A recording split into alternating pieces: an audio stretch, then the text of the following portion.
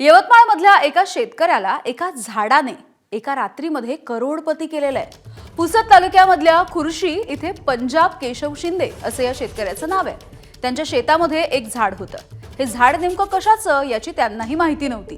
2013-14 मध्ये वर्धा नांदेड रेल्वेच्या सर्वेसाठी कर्नाटकामधून आलेल्या अधिकाऱ्यांनी त्यांना या झाडाची माहिती सांगितली।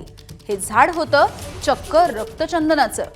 या झाडाचं मूल्य तेव्हा 4,97,00,000 रुपये होतं। मात्र रेल्वेने ते द्यायला टाळाटाळ केली। शिंदे परिवाराने नागपूर खंडपीठामध्ये दाद मागितली असता त्यांच्या बाजूने निकाल लागला।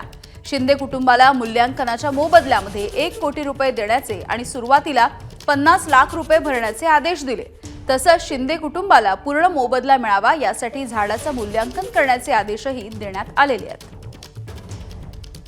नुकताच नागपूर हायकोर्टाने निकाल दिलेल्या याचिकेमधील हेच रक्तचंदनाचे झाड आहे। सदर निकाल आदेशानुसार न्यायालयात वन विभागाने 1 करोड रुपये ॲडव्हान्स स्वरूपात भरलेला आहे आणि मूल्यांकनाची डेट त्याला 7/7/2025 दिली आहे। 7/7/2025 पर्यंत जर त्यांनी मूल्यांकन नाही दिलं तर उर्वरित 50 लाख रुपये आमच्या खात्यात वळती करणार आहेत।